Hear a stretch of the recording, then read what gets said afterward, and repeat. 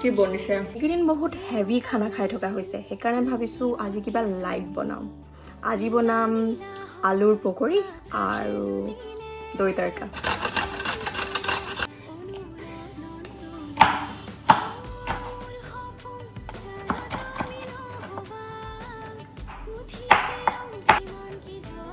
যাব আলু পকৰিৰ main ingredient যোনটো হৈছে বেচন